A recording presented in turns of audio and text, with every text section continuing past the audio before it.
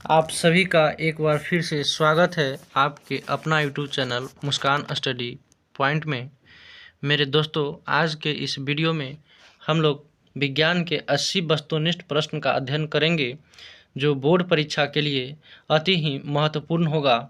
वैसे विद्यार्थी जो 2024 में मैट्रिक का एग्ज़ाम देने वाले हैं उनके लिए यह रामबाण सिद्ध हो सकता है। तो चलिए बढ़ते हैं पहले प्रश्न और सभी प्रश्न का हम लोग जो है बारी बारी से डिस्कशन के साथ अध्ययन करेंगे। पहला प्रश्न कहता है कि निम्न में कौन सा पदार्थ लेंस के लिए प्रयुक्त नहीं किया जाता है। तो लेंस के लिए प्रयुक्त नहीं किया जाने वाला पदार्थ पीतल होता है, क्योंकि पीतल एक मिश्र धातु है जो कॉपर और जिंक मतलब तांबा और जिंक से बना होता है, मिलकर बना होता है। और जल और कांच का उपयोग लेंस बनाने में किया जाता है। लेंस एक प्रकार का दो माध्यम से घिरा होता है और लेंस दो प्रकार के होते हैं, उत्तल लेंस और अवतल लेंस। लेंस में पूछता है बार बार मैट्रिक एग्जाम में, लेंस में कितने फोकस दूरी होते हैं। तो लेंस में जो है दो फोकस दूरी होते हैं, एक F1 और एक F2 होता है। अगला प्रश्न कहता है निम्नलिखित में कौन संख्या प्रकाश के अपवर्तन के नियम के लिए सही है। तो प्रकाश के अपवर्तन और परावर्तन दोनों का दो नियम होता है। और इम्पोर्टेंट बात यह है कि प्रकाश का अपवर्तन के दूसरे नियम को स्नेल का नियम कहा जाता है, जो साइन I/sin R होता है। इम्पोर्टेंट प्रश्न। अगला प्रश्न कहता है किसी वस्तु का प्रतिबिंब आँख के जिस भाग पर बनता है वह है। तो किसी वस्तु का प्रतिबिंब जो है हमारे आँख के रेटिना पर बनता है और रेटिना को दृष्टिपटल भी कहते हैं। और कॉर्निया जो है हमारे आँख का एक पारदर्शी झिल्ली होता है, जिसे हम लोग किसी दूसरे व्यक्ति को दान दे सकते हैं, उसके आँख को बचा सकते हैं। अगला प्रश्न कहता है किसी माध्यम के अपवर्तनांक म्यू, अपवर्तनांक को रिफ्रैक्टिव इंडेक्स कहते हैं, इसे म्यू से सूचित किया जाता है। और यह चूंकि दो प्रकार के अनुपात है, यह जो है अनुपात है, इसलिए यह मात्रकहीन तथा विमाहीन होता है। अपवर्तनांक का कोई मात्रक नहीं होता है। कहता है किसी माध्यम में अपवर्तनांक म्यू का मान होता है तो म्यू बराबर sin I/sin R होता है। विकल्प बी होगा। इसे स्नेल का नियम भी कहते हैं। स्नेल का नियम 2 नंबर का प्रश्न आता है, 1 नंबर का भी आता है। विकल्प बी होगा। अगला प्रश्न कहता है एक गोलीय दर्पण जो है दो प्रकार के होते हैं, अवतल दर्पण और उत्तल दर्पण। एक गोलीय दर्पण की फोकस दूरी +20 सेंटीमीटर है। यह गोलीय दर्पण कौन सा होगा।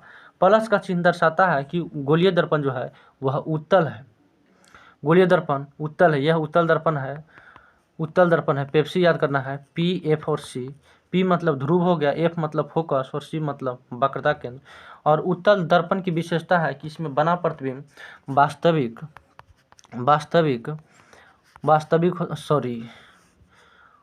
उत्तल दर्पण में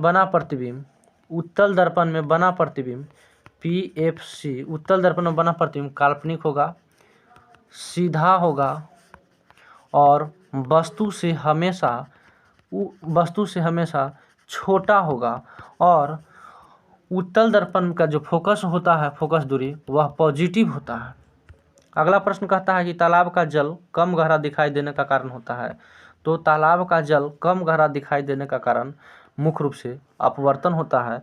और माध्यम जो है परिवर्तन होगा, माध्यम जैसा ही चेंज होगा वहाँ अपवर्तन होता है।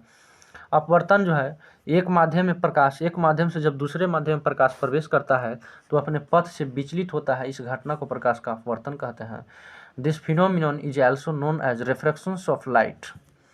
और माध्यम जो है दो प्रकार का होते हैं, एक सघन माध्यम होता है डेंजर फ्रैक्शन, और एक विरल माध्यम होता है मतलब रेयर फ्रैक्शन। सघन से विरल में जब प्रकाश आएगा तो विलंब से दूर हटेगा और विरल से सघन में आएगा तो विलंब की ओर मुड़ेगा। अगला प्रश्न कहता है कि अवतल दर्पण की फोकस दूरी होता है, अवतल दर्पण हो या अवतल लेंस हो, इसका फोकस दूरी जो होगा वह ऋणात्मक होगा, हमेशा ऋणात्मक होगा, नेगेटिव होगा।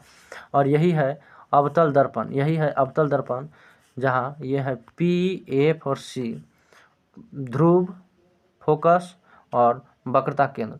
अवतल दर्पण की फोकस दूरी ऋणात्मक होती है, इसलिए इसका वक्रता त्रिज्या भी ऋणात्मक होगा और इसका क्या बोलते हैं क्षमता भी ऋणात्मक होगा।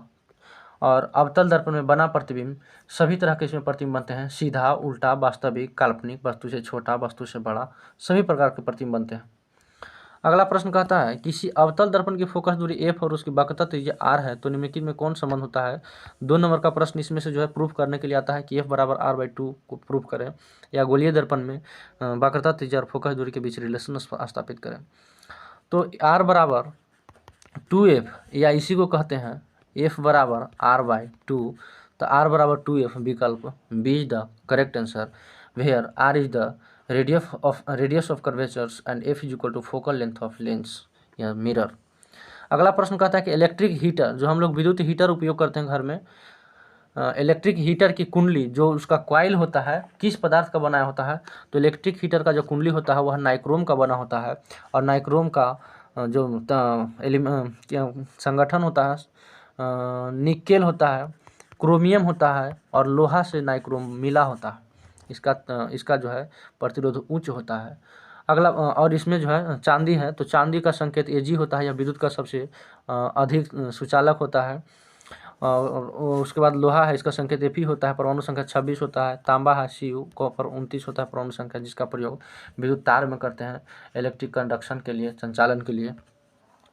अगला प्रश्न कहता है कि एक यूनिट विद्युत ऊर्जा का मान होता है। हर सेट में यह प्रश्न आ रहा है इसलिए यह इंपॉर्टेंट है, 100% एग्जाम में लड़ने की चांसेस है। एक यूनिट विद्युत ऊर्जा का मान होता है तो एक यूनिट विद्युत ऊर्जा का मान 3.6 × 10⁻6 जूल होता है, विकल्प डी होगा।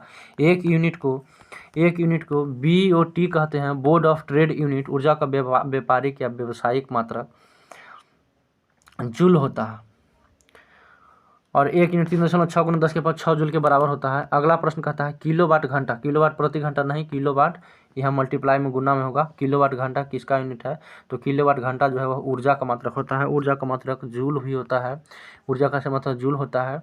न्यूटन मीटर को जूल कहा जाता है।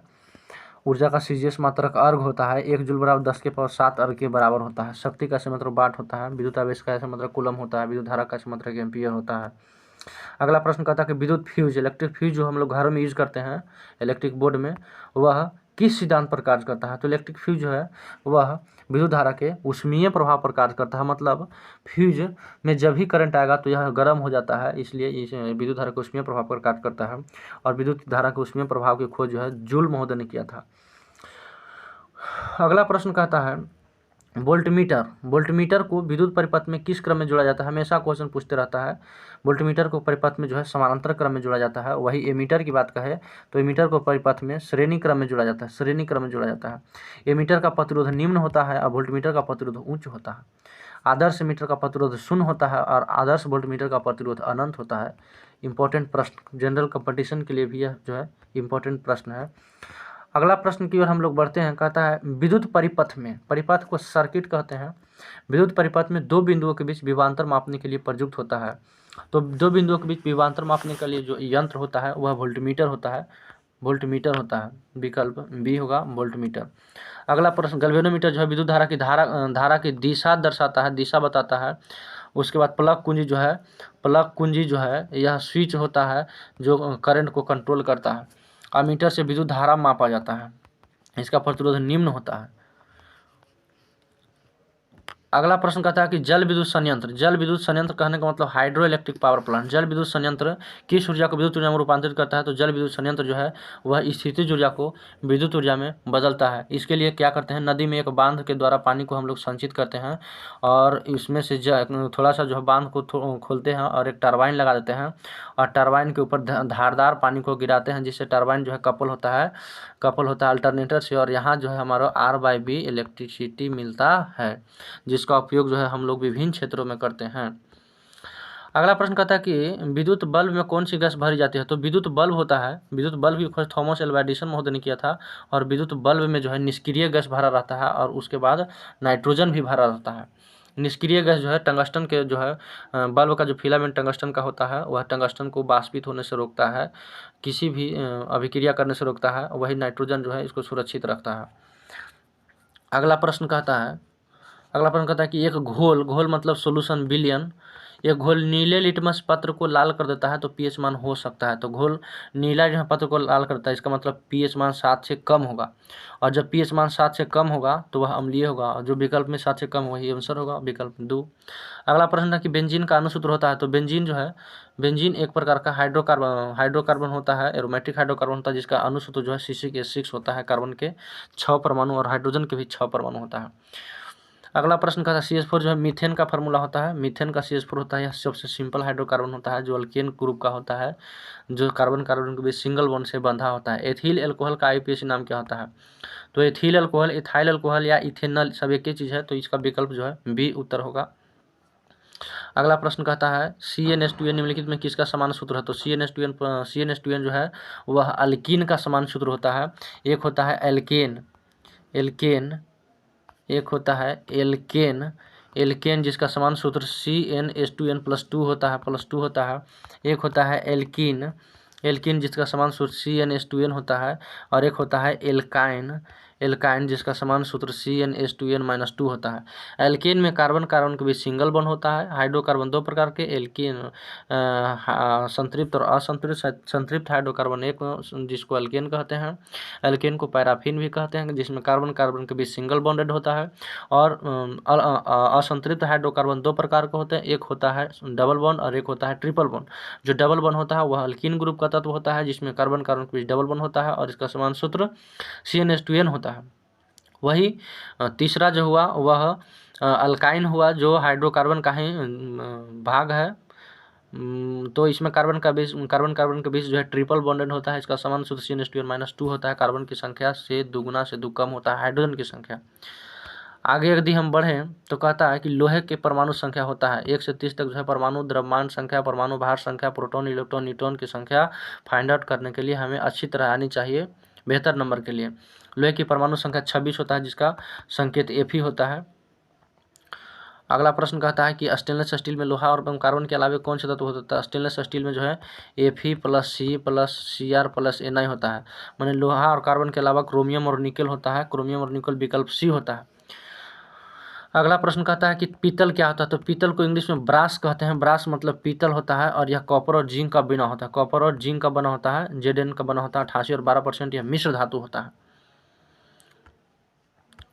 अगला प्रश्न कहता है कि निम्नलिखित यौगिकों में कौन अम्ल होता है? अम्ल कहने का मतलब जो है हाइड्रोजन जरूर होगा, तो अम्ल जो है H2SO4 है, और ये भी H2SO4 जो है बैटरी में इसका इस्तेमाल किया जाता है। और ये भी जो है H2SO4 जो है इसको सल्फ्यूरिक अम्ल कहते हैं, जिससे अम्ल वर्षा होती है जो है जल के साथ मिल करके सल्फ्यूरिक अम्ल का निर्माण करता है। तो सल्फ्यूरिक अम्ल तो है ही, सल्फ्यूरिक अम्ल जो है वर्षा के साथ मिल करके और विभिन्न भवन मकान पर गिरता है और भवन को काला कर देता है, जिससे उसकी सुंदरता नष्ट हो जाती है। फसल पर पड़ता है, फसल जो है बर्बाद हो जाता है। तालाब में पड़ता है यह वर्षा, तो तालाब की मछलियाँ मरने लगती है, तालाब का पानी दूषित होने लगता है। कैल्शियम हाइड्रोक्साइड यह चूना का बुझा हुआ चूना का फार्मूला होता है, जिसका उपयोग हम लोग जो है दीवारों को पोतने में करते हैं। अगला प्रश्न कहता है निम्नलिखित में कौन प्राकृतिक सूचक होता है? तो प्राकृतिक सूचक जो है वह हल्दी है। हल्दी एक प्रकार का प्राकृतिक सूचक होता है, विकल्प ए होगा। अगला प्रश्न कहता है कि OH सिंगल बॉन्ड OH अभिक्रियाशील मूलक वाले यौगिक क्या कहलाते हैं? तो सिंगल बॉन्ड OH अभिक्रियाशील मूलक वाले यौगिक को एल्कोहल कहते हैं। और कीटोन का जो है क्रियाशील मूलक वह CO होता है, single bond double bond CO होता है। उसके बाद हम लोग देखें तो क्या है अम्ल का होता है COOH, single bond COOH। Carboxylic अम्ल भी कहते हैं या अम्ल भी कहते हैं। वही एल्डिहाइड का CHO हो तो वो होता है सिंगल बॉन्ड। अगला प्रश्न कहता है कि कैल्शियम कार्बाइड पर जल डालने से कौन सी अभिक्रिया होता है? तो कैल्शियम कार्बाइड जिसको कार्बेट भी हम लोग कहते हैं, मार्केट में अवेलेबल होता है, फल पकाने में उपयोग होता है कृत्रिम तरीके से। कैल्शियम कार्बाइड पर जल डालने से जो है एसिटिलीन बनता है, जिसका अनुसूत्र C2H2 होता है। और ये दुगुना से दो कम, इसलिए यह जो है एथाइन होगा, विकल्प D होगा। और इसका जो है हम लोग अभिक्रिया देखें तो कैल्शियम कार्बाइड का फॉर्मूला होता है CaC2 पर जल डालेंगे H2O तो बनेगा ही C2H2 प्लस CaOH2। अगला प्रश्न कहता है कि ओजोन के एक अणु में ऑक्सीजन के परमाणु की संख्या होता है। तो ओजोन का आणविक सूत्र O3 होता है। ऑक्सीजन के एक अणु में परमाणु जो है ऑक्सीजन के 3 परमाणु होता है। ऑक्सीजन के एक अणु में जो है ओजोन के एक अणु में ऑक्सीजन के 3 परमाणु होते हैं, विकल्प C होगा। अगला प्रश्न कहता है कमरे के ताप पर द्रव अवस्था में रहने वाली धातु होता है। तो कमरा के ताप पर द्रव अवस्था में रहने वाला धातु जो होता है वह पारा होता है, जिसका संकेत Hg और परमाणु संख्या 80 होता है। पारा को थर्मामीटर में उपयोग हम लोग करते हैं, क्योंकि यह जो है पारदर्शक होता है, कांच की दीवार को नहीं भिगोता है। अगला प्रश्न कहता है सरलतम हाइड्रोकार्बन होता है। तो सरलतम हाइड्रोकार्बन जो है वह मीथेन होता है, जिसका अणुसूत्र CH4 होता है। इथेन होता है, जिसका अणुसूत्र जो है C2H6 होता है। प्रोपेन होता है, जिसका अणुसूत्र C3H8 होता है। और ब्यूटेन होता है, जिसका अणुसूत्र C4H10 होता है। अगला प्रश्न कहता है कि निम्नलिखित में कौन क्षारीय ऑक्साइड होता है। तो अधातु का ऑक्साइड जो होता है, अधातु का ऑक्साइड वह क्षारीय होता है। वही धातु का ऑक्साइड अगर रहे, सॉरी, अधातु का ऑक्साइड अम्लीय होता है, सॉरी, अधातु का ऑक्साइड अम्लीय होता है और धातु का ऑक्साइड जो रहेगा वह क्षारीय होगा। तो पूछ रहा है धातु का ऑक्साइड, तो धातु का ऑक्साइड कौन क्षारीय ऑक्साइड होगा। तो क्षारीय जो होगा धातु का ऑक्साइड होगा, और धातु सोडियम है, ऑक्सीजन की अभिक्रिया किया तो सोडियम ऑक्साइड बनाया। विकल्प D is the correct option. अगला प्रश्न कहता है कि बेकिंग पाउडर, बेकिंग सोडा, मीठा सोडा, खाने वाला सोडा सब इसी को कहते हैं, का अणुसूत्र क्या होगा। मिश्रण क्या ची का होता है। तो यह जो है मिश्रण होता है, यह जो मिश्रण होगा वह सोडियम बाइकार्बोनेट और टॉर्टरिक अम्ल का। विकल्प डी होगा, विकल्प डी होगा। अगला प्रश्न कहता है न्यूक्लियस शब्द किसके द्वारा दिया गया था। अगला प्रश्न कहता है कि न्यूक्लिक शब्द जो है वह किसके द्वारा दिया गया था। तो रॉबर्ट ब्राउन के द्वारा न्यूक्लिक शब्द दिया गया था। आगे हम लोग देखें तो कहता है कि पौधों में भोजन किस रूप में जमा होता है। तो पौधों में जो पेड़ पौधों में जो भोजन होता है वह स्टार्च के रूप में जमा होता है। इसको इंग्लिश में मंड कहते हैं। स्टार्च के रूप में जमा होता है। ग्लूकोज का आणविक सूत्र C6H12O6 होता है। यह तत्काल एनर्जी के लिए उपयोग होता है। प्रोटीन अमीनो अम्ल से बनता है। हमारे शरीर में 22 प्रकार के अमीनो अम्ल पाया जाता है। अगला प्रश्न कहता है कि प्रसिद्ध पुस्तक माइक्रोग्राफिया किनके द्वारा लिखी गई। तो रॉबर्ट हुक के द्वारा लिखा गया। विकल्प डी होगा, रॉबर्ट हुक के द्वारा लिखा गया। पौधों और अगला प्रश्न हम लोग देखें तो कहता है कि पौधों और पशुओं की कोशिकाओं का वैज्ञानिक अध्ययन क्या कहलाता है। तो पौधों और कोशिकाओं की वैज्ञानिक अध्ययन जो है वह कोशिका विज्ञान कहलाता है। विकल्प बी होगा। आगे कहता है कि मानव हृदय घिरा होता है। तो मानव हृदय जो है वह पेरिकार्डियम से घिरा होता है। विकल्प ए होगा। जाइलम पेड़ पौधों में जल का वहन करता है, वही फ्लोएम भोजन का वहन करता है। अगला प्रश्न कहता है कि बीजांड की ओर पराग नलिका की वृद्धि का कारण होता है। तो बीजांड की ओर पराग नलिका का वृद्धि का कारण केमोट्रोपिज्म होता है। केमोट्रोपिज्म विकल्प बी होगा। गुरुत्वानुवर्तन के कारण जो है पेड़ पौधों का जल जो है पृथ्वी के अंदर चला जाता है। अगला प्रश्न कहता है कि मनुष्य में श्वेत रक्तकण जिसको WBC कहते हैं, WBC कहते हैं, व्हाइट ब्लड सेल कहते हैं, यह जो है हमारे शरीर को एक सिपाही की तरह रक्षा करता है। जी बाहरी जो है रोगों को संक्रमण से हमारे शरीर को, बाहरी रोग होने से हमारे शरीर को जो है बचाता है। तो कहता है इसका जीवन काल कितना होता है। तो 12 से 20 दिन होता है। विकल्प ए होगा। और 4 महीना से अधिक जो है RBC का जीवन काल होता है 120 दिन से 20 से 120 दिन, मतलब 4 महीना। अगला प्रश्न कहता है पीत रस, बाइल जिसको कहते हैं, BILE बाइल मतलब पीत, इसका pH मान पीत रस कहाँ से स्रावित होता है, कहाँ से निकलता है। यकृत से निकलता है। यकृत को इंग्लिश में हम लोग लीवर कहते हैं। यह हमारे शरीर की सबसे बड़ी ग्रंथि होता है। लगभग 1.5 kg होता है, 1.5 kg होता है। और यह जो है इससे पीत का निर्माण होता है। पीत पित्ताशय में जमा होता है। पीत जो है भोजन को पचाता नहीं है, बल्कि वह जो है इमल्सीकृत करता है, इमल्सीफाई करता है, मतलब तोड़ता है, पचने लायक बनाता है। आगे प्रश्न कहता है कि किस जीव में हीमोग्लोबिन नहीं होता है। तो हीमोग्लोबिन नहीं होगा। मक्खी में, मच्छर में, तेलचट्टा में हीमोग्लोबिन नहीं होता है।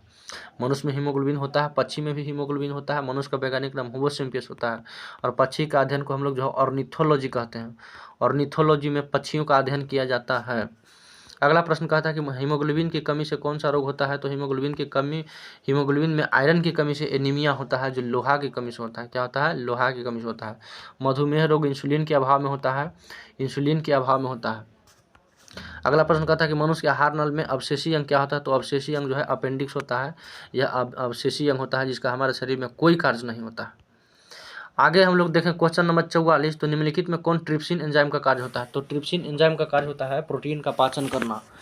क्या होता है, प्रोटीन का पाचन करना। विकल्प सी होगा। अगला प्रश्न कहता है मुख गुहा में आहार का कौन सा भाग पाचन करता है। तो मुख गुहा में आहार का जो है कौन सा भाग पाचन करता है। तो कार्बोहाइड्रेट पाचन करता है, कार्बोहाइड्रेट का पाचन करता है। अगला प्रश्न कहता है कि ऑक्सीजन का वाहक कौन होता है? तो आरबीसी जो है ऑक्सीजन का वाहक होता है। आरबीसी जो है ऑक्सीजन का परिवहन करता है, CO2 कार्बन डाइऑक्साइड का परिवहन करता है, हार्मोन का परिवहन करता है, उत्सर्जी पदार्थ का परिवहन करता है। अगला प्रश्न कहता है कि रक्त में शर्करा का स्तर नियंत्रित करता है। तो इंसुलिन जो है रक्त में शर्करा के स्तर को नियंत्रित करता है, शर्करा के स्तर को नियंत्रित करता है इंसुलिन। आगे प्रश्न हम लोग देखें तो मानव शरीर में सबसे लंबी कोशिका कौन होता है? तो हमारे शरीर का सबसे लंबी कोशिका तंत्रिका कोशिका होता है, जिसे जो हमारे शरीर में पूरे शरीर में जाल जैसा फैला होता है। अगर वीडियो बहुत तेजी लगता हो तो वीडियो को जो है रोक रोक करके भी देख सकते हैं, 2 बार 3 बार भी इसके रिपीट कर सकते हैं और इसका क्वालिटी भी बढ़ा करके वीडियो को HD में देख सकते हैं। आगे प्रश्न कहता है मानव शरीर में सबसे लंबी कोशिका कौन होता है? तो तंत्रिका कोशिका। तंत्रिका कोशिका जो है हमारे शरीर में लंबा होता है। प्रश्न हो गया, आगे बढ़ते हैं। अगला प्रश्न कहता है प्रकाश के परिवर्तन के कितने नियम होते हैं? तो प्रकाश के परिवर्तन के 2 नियम होते हैं। आपतन कोण परिवर्तन कोण के बराबर होता है, मतलब angle of incident is equal to angle of reflection.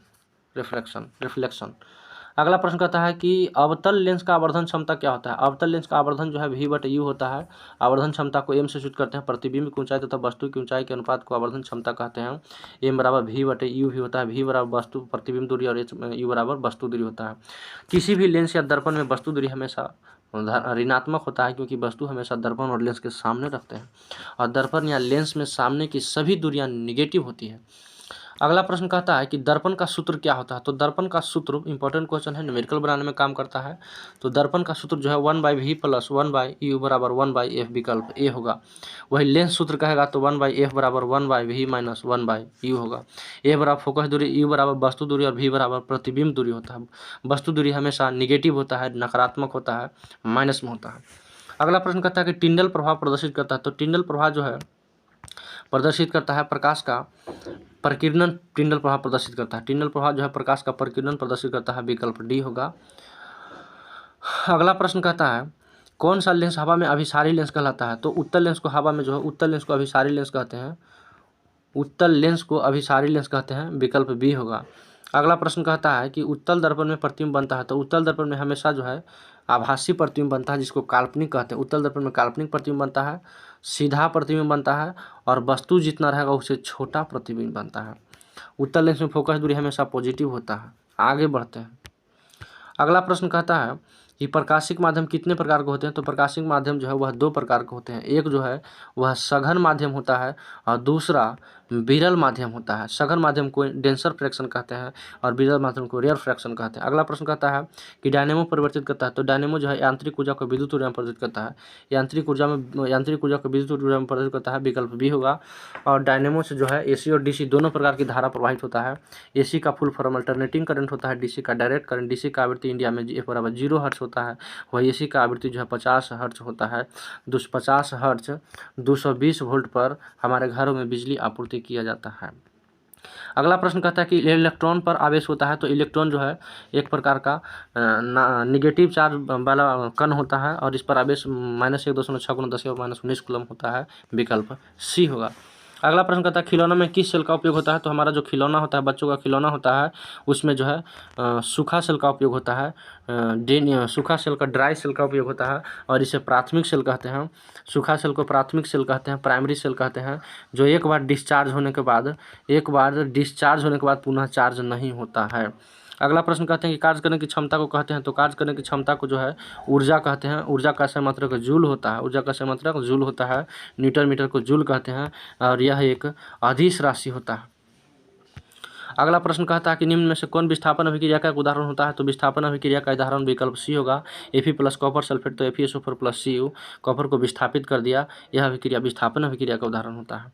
अगला प्रश्न कहता है सिल्वर क्लोराइड का रंग होता है। तो सिल्वर क्लोराइड का रंग जो है वह सफ़ेद होगा। याद करने के लिए हम लोग देखेंगे कि हमारे घर में जो महिलाएं होती है वह सिल्वर का जो है गहना पहनती है, उसका कलर श्वेत होता है, इसलिए श्वेत मारना है याद करने के लिए।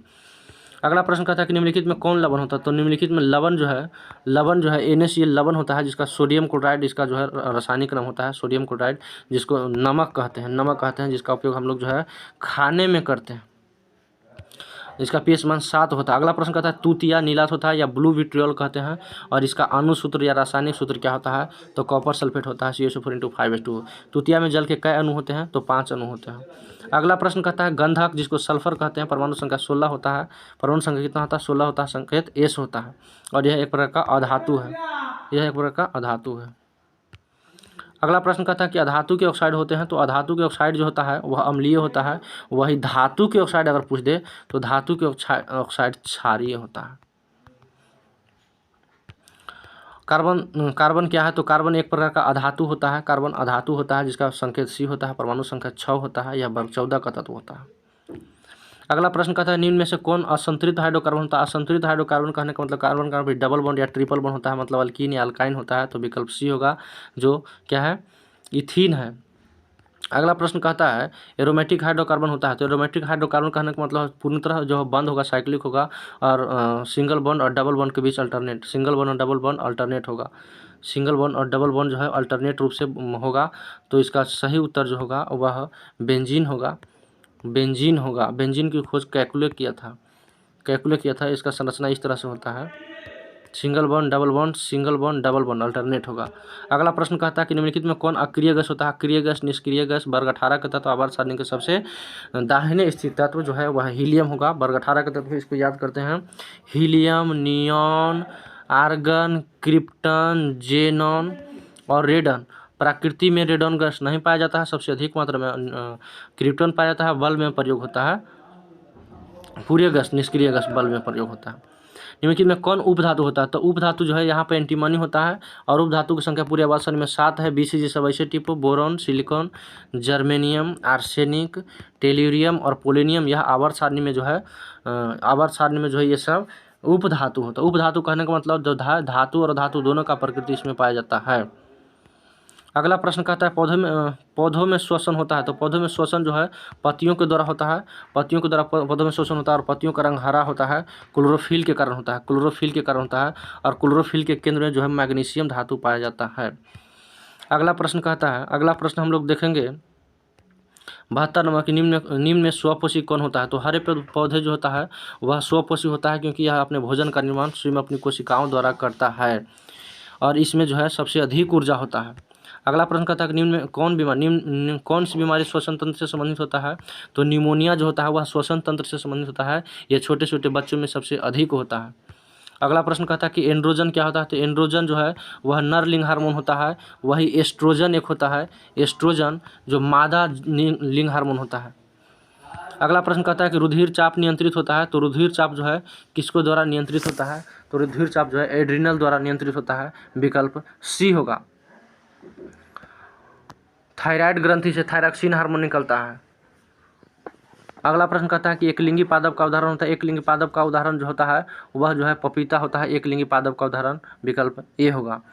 मटर का वैज्ञानिक नाम पाइसम सटाइवम होता है। मेंडल ने मटर पौधा पर प्रयोग किया था, इसमें गुणसूत्र जो होता है 14 होता है। अगला प्रश्न हम लोग देखेंगे, कहता है निम्न में कौन मादा जनन तंत्र का भाग नहीं होता है, तो मादा जनन तंत्र का भाग नहीं होता है शुक्रवाहिका, यह नर जनन तंत्र का भाग होता है। अगला प्रश्न कहता है कि द्विखंडन होता है, तो द्विखंडन जो है वह पैरामीशियम, अमीबा और लिस्मानिया, इनमें सभी में द्विखंडन होता है, ये विकल्प D होगा। टेस्टोस्टेरोन स्रावित होता है, तो टेस्टोस्टेरोन जो है वह वृषण से स्रावित होता है। अगला प्रश्न कहता है कि मानव मस्तिष्क का औसत भार होता है, तो मानव मस्तिष्क का औसत भार जो है वह 1400 ग्राम होता है। 1350 से 1400 ग्राम होता है। 1350 से 1400 ग्राम होता है। मनुष्य में जो है मतलब मेल का जो मस्तिष्क का वजन होता है वह 1400 ग्राम होता है। वही फीमेल का मस्तिष्क का वजन जो है वह 1350 ग्राम होता है। अगर कंपेरिजन किया जाए तो मेल की तुलना में फीमेल में 50 ग्राम ब्रेन जो है मस्तिष्क का वजन जो है कम होता है। आज का वीडियो यहीं पे समाप्त किया जाता है। अब फिर मिलते हैं अगले वीडियो में। Thank you so much.